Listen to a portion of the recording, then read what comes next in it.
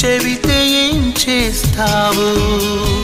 నమ్మనని నవ్వుకొని చాలే పొమ్మంటావు. నీ మనసులోని ఆశగా నిలిచేది నేనని, నీ తనువులోని స్పర్శగా తగిలేది నేనని, నీ కంటి మై మరుపులో నన్ను పోల్చుకుంటానని, తల ఆంచి నీ గుండెపై నా పేరు వింటానని నీకు చెప్పాలని ఒకే ఒక మాట మదిలోనగా